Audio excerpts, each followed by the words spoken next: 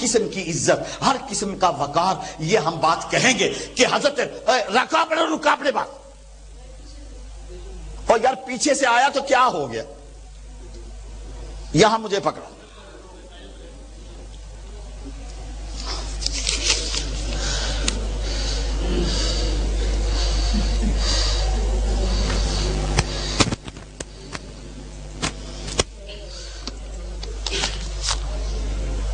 کون پڑھے گا یار؟ اینک نکالنی پڑے گی.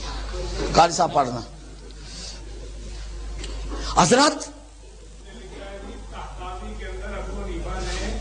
اپنے علم حاصل کرنے کے فنون جو منتخب کیے تھے اس میں قرآن مجید کے فن کو اس نے بیکار قرار دیا. ہاں یار یہی تو بات ہوئی. میں کہتا ہوں جس آدمی نے رکا لکھا، میں کہتا ہوں خدا کے لیے اپنے مولویوں کے گال جا کے پڑھ، ان کو کہے کہ امام صاحب کا قرآن پڑھنا اور حدیث پڑھنا ہمیں ثابت کرے.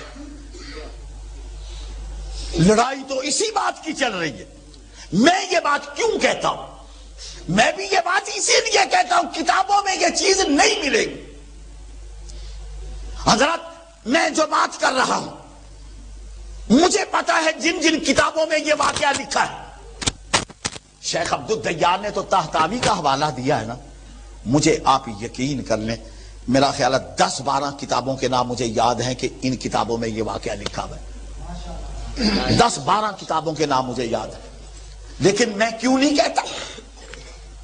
قوم کیسی بیٹھی بھی ہے آگے. اس قوم کو میرا مقصد سمجھانا ہے.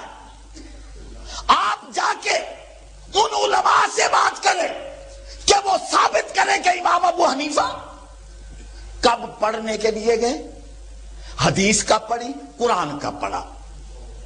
دیکھیے اس میں لڑائی جھگڑے کی بات نہیں. آپ ان سے پوچھیں، وہ آپ کو بتائیں. آپ ہمیں لا کے کہیں گے لو جی یہ کتاب ہے، یہ حوالہ ہے، یہ لکھا ہے امام ابو حنیفہ نے فلاں بزرگ سے حدیث پڑھی، فلاں بزرگ سے قرآن پڑھا. حضرت حماد بن ابی سلیمان سے امام ابو حنیفہ نے فقہ پڑھی. فقہ ہم بھی مانتے. فقہ کا کون انکار کرتا ہے؟ ہم کہتے ہیں انہوں نے رائے پڑھا، قیاس پڑھا. حضرات میں تب کامیاب ہوں گا جب میں آپ کو اپنی بات سمجھا لوں گا. میں چاہتا ہوں کہ آپ میری بات سمجھ لیں کہ میں کہنا کیا چاہتا ہوں. ہر وہ آدمی، ہر وہ بزرگ جو اللہ اور اس کے رسول کی بات لے کے چلے گا ہم اس کی جوتیاں اپنے سر پہ رکھیں گے. اور جو آدمی اللہ اور اس کے رسول کی بات نہیں کرے گا، میاں صاحب ہماری مجبوری ہے، ہم اس کے بارے میں کوئی اچھا ذہن نہیں رکھتے. اور آپ بھی ہمارے ساتھ ہیں اس مسئلے میں. میں اکیلا نہیں یہ بات کہتا. تمہیں مولویوں نے غلط لائن پہ لگا دیا. ہمارے پاس اللہ کی کتاب ہے اور اس کے رسول حضرت محمد صلی اللہ علیہ وسلم کی سنت ہے. دیکھیے حضرت میں ایک مسئلہ بیان کرنا چاہتا ہوں، آپ ذرا توجہ فرمائیے. بات یہاں اس علاقے میں، اس معاشرے میں یہ ہوتی ہے کہ مر گئے مردود، یہ بات ہوتی ہے یا نہیں؟ لو جناب اب ذرا آپ نے میری طرف دیکھنا ہے. یہ میں اتحیات میں بیٹھا ہوں، پہلے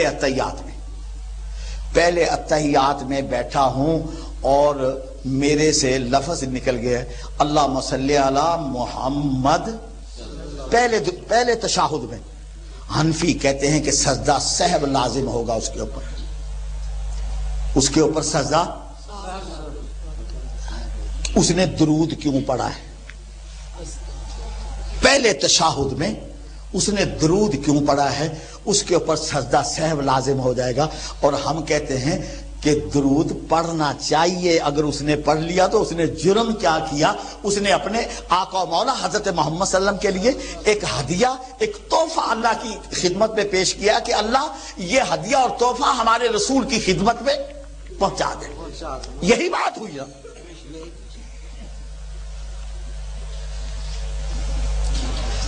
ایک بات سمجھ آ گئی آپ کو؟ اچھا دوسری بات ہے یہ جو نماز جنازہ ہے حضرات، ذرا مجھے فرمائیے کیا حنفی مذہب میں جو نماز جنازہ پڑھا جاتا ہے اس میں سورہ فاتحہ ہے؟ نہیں. او میرے اللہ، بتائیے کہ نماز جنازہ میں بھی جن کے یہاں سورہ فاتحہ نہ ہو، جو نماز جنازہ میں بھی سورہ فاتحہ نہ پڑھے، بتائیے تمہارے خیر خواہ ہم ہیں یا وہ ہیں؟ ہم تمہارے خیر خواہ ہیں۔ ہم کہتے ہیں کہ سورہ فاتحہ کے بغیر کوئی نماز نہیں ہوتی، اور جب سورہ فاتحہ کے بغیر کوئی نماز نہیں ہوتی، ہم کہتے ہیں بھی جنازے کی آخری نماز ہے، اس میں بھی سورہ فاتحہ پڑھو۔ اور یہ کیا کہتے ہیں کہ نہیں، نماز جنازہ میں سورہ فاتحہ نہیں۔ اب بتائیے تمہارے خیر خواہ اہل حدیث ہے یا یہ لوگ ہیں؟ اہل حدیث۔ مردود کون مرا؟ نہ تمہارے پہلے تشہد میں درود ہے اور نہ تمہارے نماز جنازہ میں درود ہے، اسی لیے مولویوں نے نماز جنازہ چپکے پڑھنی شروع کر دی کہ نہ لوگ سنیں نہ ہمارے گل پڑے۔ اہل حدیث بلند آواز سے نماز جنازہ اسی لیے پڑھتے ہیں کہ لوگوں کو پتہ لگ جائے کہ ہمارے لیے دعائیں کیا مانگی گئی۔ بے شک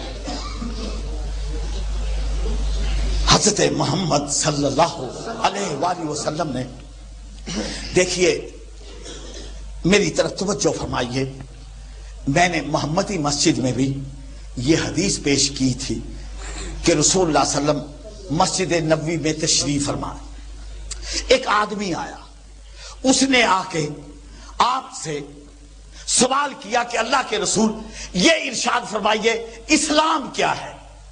اسلام ایمانداری سے فرمائیے، آپ لوگوں کو پتہ ہے اسلام کیا ہے؟ اگر کوئی آدمی تمہارے سے سوال کرے کہ اسلام کیا ہے، بہت کم لوگ اس کا جواب دیں گے۔ اس آدمی نے سوال کیا کہ اللہ کے رسول یہ فرمائیے کہ اسلام کیا ہے؟ رسول اللہ صلی اللہ علیہ وسلم نے کیا جواب دیا؟ ان تشہد، کہ تو اس بات کی گواہی دے۔ کس بات کی؟ اللہ الہ الا اللہ وان محمد رسول اللہ۔ اور آگے کیا کرے؟ نماز پڑھے، روزہ رکھے، حج کرے، زکوٰۃ دے۔ یہ اسلام ہو گیا۔ حضرات ذرا آپ کو کچھ تھوڑی سی زحمت دے رہا ہوں، ذرا اگلا سوال بھی سن لیں آپ۔ اس آدمی نے پھر سوال کیا کہ جناب یہ فرمائیے ایمان کیا ہے؟ ایمان کیا ہے؟ آپ لوگوں کو یہ بات یاد رکھنی چاہیے یا نہیں کہ ایمان کیا ہے، اسلام کیا ہے؟ اسلام کی بات آپ کو سمجھ آ گئی کہ اسلام کس کو کہتے ہیں؟ ایمان کیا ہے؟ ایمان کس کو کہتے ہیں؟ ایمان یہ ہے ان تؤمن باللہ وملائکتہ وکتبہ ورسلہ۔ کتنی چیزیں ہوگی جناب؟ چار۔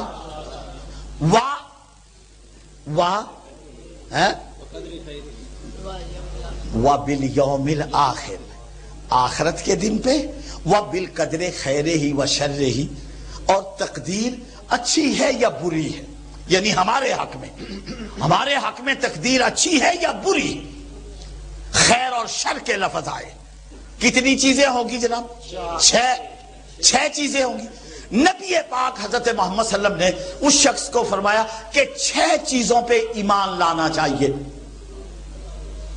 اب آپ مجھے فرما دیں، اس پہ کہیں اماموں پہ ایمان لانا لکھا ہے حدیث میں؟ نہیں۔ میاں صاحب آپ ہم سے ایسی باتیں منواتے ہیں کہ جن کا نہ قرآن میں ذکر، جن کا نہ حدیث میں ذکر۔ آپ وہ مطالبے ہم سے کرتے ہیں کہ جن کا نہ اللہ کی کتاب میں ذکر، نہ اللہ کے رسول کی حدیث میں ذکر۔ آخر آپ اس ضد پہ کیوں اڑے ہوئے ہیں؟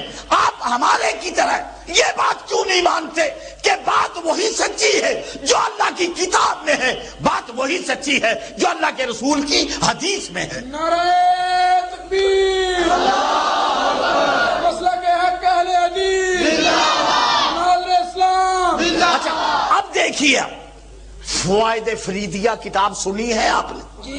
فوائد فریدیہ، اس میں دیکھیے حضرات لکھا ہے، فوائد فریدیہ میں لکھا ہے، بزرگ ارشاد فرماتے ہیں، کیا لکھا ہے؟ سبحانی ما اعظم شانی، میں پاک ہوں میری شان کتنی بلند ہے۔ یہ شیخ با یزید بستامی فرماتے ہیں سبحانی ما اعظم شانی، اور لکھا ہے تم لوگوں کا حق ہے کہ تم یہ عبارت فوائد فریدیہ میں نہ پڑھو، نہ ملے، پھر تو تمہارا حق ہے کہ میرے گلے میں کپڑا ڈالو۔